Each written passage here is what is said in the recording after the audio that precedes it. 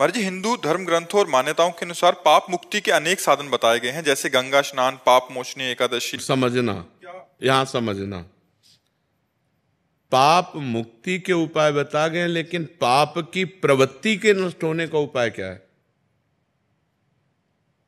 ऊपर से हमारे अस्त्रों द्वारा सब काट दिया गया, लेकिन उसकी जड़ बची हुई है, तो और नए किनगे आ गए। पाप गंगा पापम, गंगा पाप का नाश करती, इसमें संशय नहीं, लेकिन पाप की प्रवृत्ति, गंगा नहा के आए फिर 100 पाप कर लिए, फिर गंगा नहा के आए फिर 100 पाप कर लिए, तो हाथी स्नान हुआ, हाथी स्नान किया, सूंड से धूल डाल लिया, तो स्नान का मतलब क्या हुआ? तो पाप वास्तविक तो नष्ट नहीं हुए। पाप नष्ट तब माना जाएगा जब पाप की प्रवृत्ति का नाश हो जाए, पाप की जड़ का नाश हो जाए, वो है प्रवृत्ति। बोले बड़ा पाप प्रवृत्ति वाला आदमी है, बहुत पापी आदमी है, तो पाप की प्रवृत्ति सबके अंदर रहती है, क्योंकि सुमति कुमति सबके उरराई, नाथ पुराण निगम अस कहें। तो जहां सुमति है वहां शुभ है, और जहां कुमति है वहां अशुभ है, पाप है। तो कुमति सुमति सबके उरराई, कभी कुमति जोर कर गई तो पाप बन गया, कभी सुमति जोर कर गई तो पुण्य बन गया। तो तीर्थों के जो उपाय हैं वो पाप नष्ट करने के लिए हैं, लेकिन अध्यात्म जो है वो पाप प्रवृत्ति को नष्ट करता है। गंगा को भी निष्पाप करने की सामर्थ्य एक महात्मा रखता है। तीर्थी कुर्वन्ति तीर्थानि, तीर्थों में चरण रख दे तो तीर्थत्व आ जाए, गंगा को स्पर्श कर दे तो गंगा निष्पाप हो जाए। क्यों? क्योंकि उसने पाप की प्रवृत्ति का नाश कर दिया। अध्यात्म पाप प्रवृत्ति के नाश के लिए आप क्या कहना चाहते हैं? महाराज जी कह रहे हैं कि मतलब क्या पाप मुक्ति इतनी सहज और सरल है? हाँ है, क्यों नहीं है। रुई का ढेर पहाड़ लगा हो, एक दिया सलाई काफी है, छोटी सी चिंगारी काफी है। आप कहोगे पहाड़ है और चिंगारी, तो लगा के देखो, एक चिंगारी डाल दो, रुई का पहाड़ भस्म हो जाएगा। पाप रुई जैसा है। पाप है क्या? भ्रम।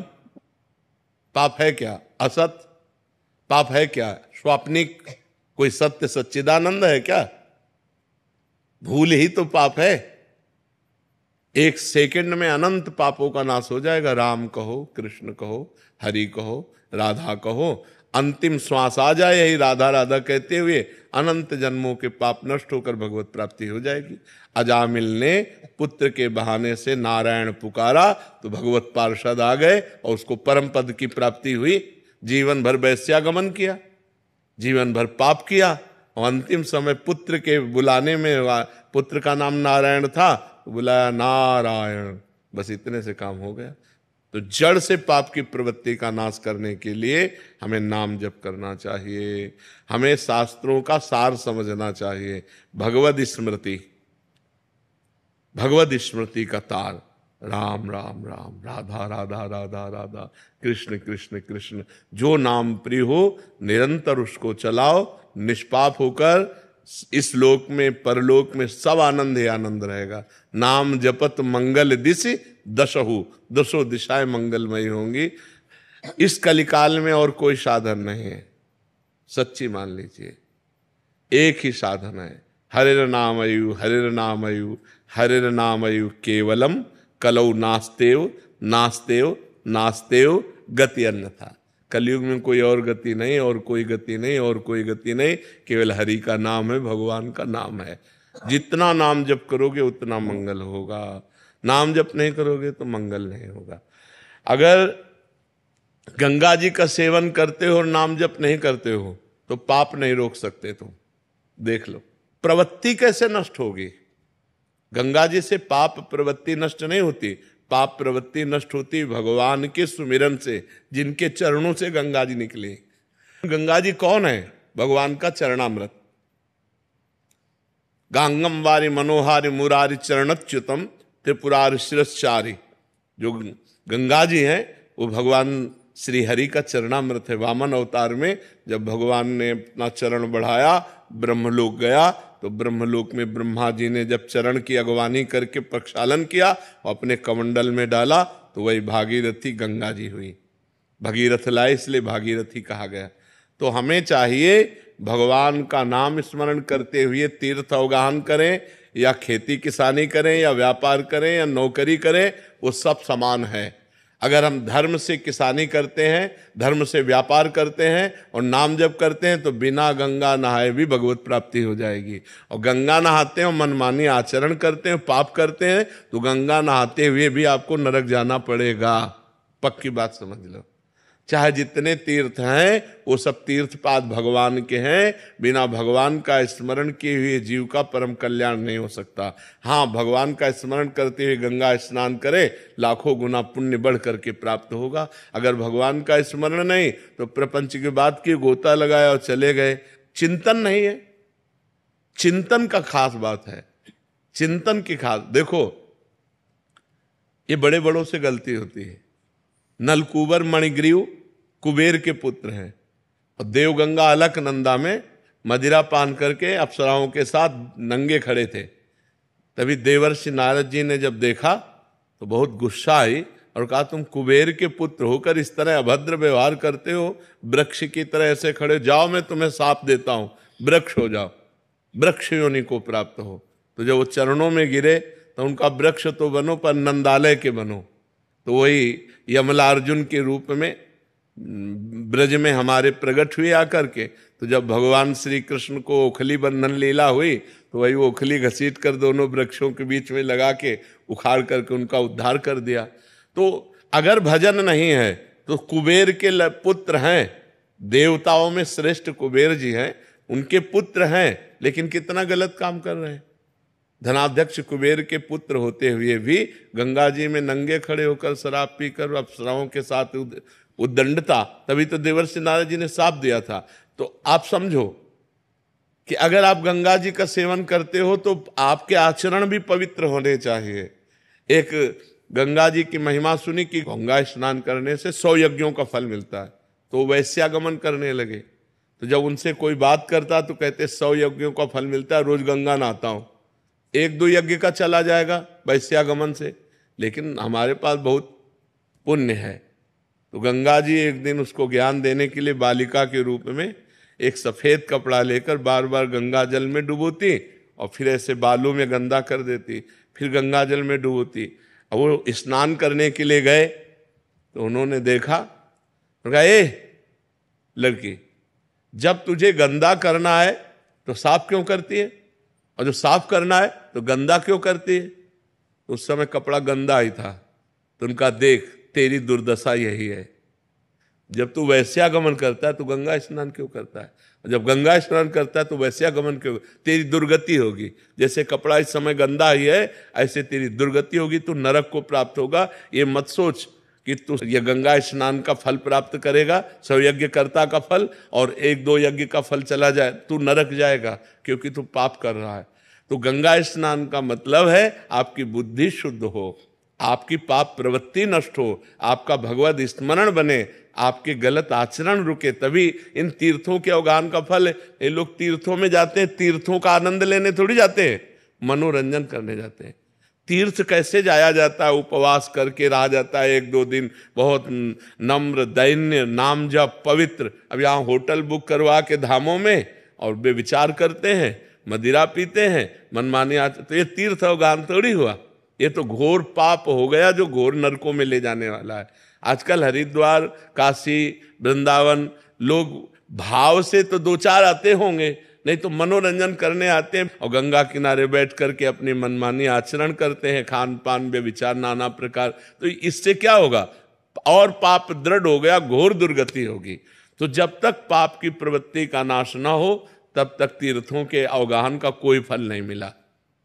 इसीलिए भगवान ने कहा है, जो तुम्हारा प्रश्न बहुत सावधानी से सुनना, व्रतांश यज्ञ छन्दांश तीर्था नियमा यमा यथा वरुंधेत सत्संगा सर्वसंगोपह इमाम।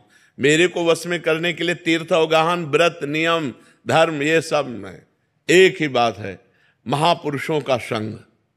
क्योंकि संत संग से प्रवृत्ति जो हमारी गलत है वो त्याग हो जाती है, पाप की प्रवृत्ति का नाश। अब आप एकादशी रहते हो, मनमानी आचरण करते हैं तो आपकी दुर्गति होगी।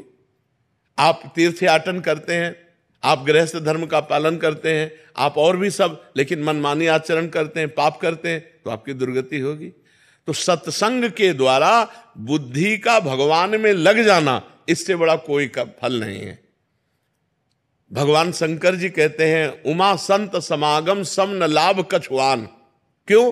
क्योंकि उससे हमारी बुद्धि का परिवर्तन होता है।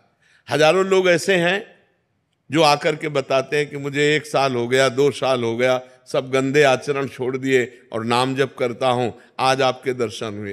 तो वाणी सत्संग की सुधार पहले कर दिया और मिलाया बाद में आकर के। तो सब तीर्थों के अवगाहन का फल, सब धर्म के कर्म का फल एक ही है कि आपकी पाप प्रवृत्ति नष्ट हो जाए, आपसे पाप आचरण होना बंद हो जाए, तो बात ठीक रहे। नहीं तो क्या फायदा, सब कर रहे हैं और फिर वही पाप आचरण कर रहे हैं, तो उससे कोई लाभ नहीं मिला। तो हमारे जो सदग्रंथों का लक्ष्य है वो है भगवान का स्मरण, अखंड स्मृति, हरिशरणम हरिशरणम, राधा राधा राधा। अगर ये है तो सब फल मिल गया। नहीं तो सो सब धर्म कर्म जर जाऊ, सो सब धर्म कर्म जर जाऊ, जहां न राम पद पंकज भाऊ। जोग कुजोग ज्ञान अज्ञानु, जहां नहीं राम प्रेम प्रधानु। अगर भगवान के चरणों में प्रेम नहीं तो जोग कुजोग है, वो ज्ञान अज्ञान है, वो धर्म कर्म आग लग जाए। जिसमें भगवान के नाम में न प्रेम हो, भगवान के चरणों में न प्रेम हो। महाराज जी, इसमें एक प्रश्न है कि महाराज जी, क्या तीर्थ याटन या स्नान आदि या व्रत आदि नहीं करना चाहिए? ये करना चाहिए, पर पाप त्याग कर। हम आज जा रहे हैं, पापी पुरुष हैं, गंगा स्नान के निष्पाप हो जाएंगे, लेकिन हमें आगे पाप नहीं करना, ये नियम लेना चाहिए। हम हरिद्वार जा रहे हैं तो नियम लेना चाहिए, आज से हम पाप नहीं करेंगे। अगर आप हरिद्वार जा रहे हैं, गंगा स्नान कर रहे हैं, अपने पाप आचरण नहीं रोक रहे, तो आपको लाभ क्या मिला गंगा स्नान का? आपको वहां जाने का फल क्या मिला? वैसे ही कि वैसे गंदे तो बने हो, वही गंदे आचरण कर रहे हो। लाभ तो जब आपका परिवर्तन हो। इसीलिए सर्वश्रेष्ठ स्नान सत्संग है। अगर सत्संग रूपी गंगा में गोते लगा लिए, ज्ञान गंगा में गोते लगा लिए, तो फिर आप निष्पाप हो गए, पाप की प्रवृत्ति का नाश हो जाता है। इसलिए तीर्थों का जाना मना नहीं है, लेकिन तीर्थों में मनमानी करना मना है। आप तीर्थों में आज जैसे जाते हो ऐसे नहीं, होटल बुक कर लिया, मनमानी आचरण करो, ऐसे नहीं तीर्थों में जाया जाता। नम्र दैन्य व्रत उपवास भजन साधना त्याग तपस्या दान पुण्य, ये सब करने के लिए तीर्थों में जाया जाता है और नियम लिया जाता है। तो बोले भाई देखो, अब हम बद्री नारायण हो आए, अब हमसे झूठ तो नहीं बोला जाएगा। पुराने लोग थे कि भाई हम केदारनाथ हुआ है, बद्रीनाथ हुआ है, अब हम झूठ नहीं बोल सकते क्योंकि हम बद्री नारायण के दर्शन कराए। लोग पहले नियम, देखो हम गंगा नहा के आ रहे हैं, हम झूठ नहीं बोल सकते, हम पाप नहीं कर सकते अब क्योंकि हमने गंगा स्नान कर लिया। ये है तीर्थों के फल का, अवगाहन का फल है हमारे आचरण सुधर जाए, हमारा चिंतन सुधर जाए। नहीं तो फायदा क्या हुआ, हमें बताओ, फायदा क्या हुआ? आप गंगा नहा के आए फिर वही पाप कर रहे हैं, तो फायदा क्या हुआ? गंगा स्नान का लाभ क्या मिला? गंगा स्नान का मतलब क्या हुआ? वो तो पानी में तुमने गोते लगाया, गंगा स्नान कहाँ किया? अगर गंगा स्नान किए होते तो तुम्हारी भावना बदल जाती कि ना, मैं गंगा जी का सेवन करके आ रहा हूँ, आज के बाद कोई पाप नहीं करूँगा, आज के बाद कोई गंदी बात नहीं करूँगा। वही जीवन सबके बदल में। देखो यहाँ धाम आए हो भगवान के, जहाँ करोड़ों गंगा जी समानता नहीं कर सकती, क्योंकि जिनके चरणों से गंगा जी निकली वो स्वयं यहाँ प्रकट हुए, यहाँ खेले, यहाँ उनकी चरण रज, यहाँ उनका संपूर्ण जीवन भगवान का बाल लीला तो भगवान की यही संपूर्ण हुई ना।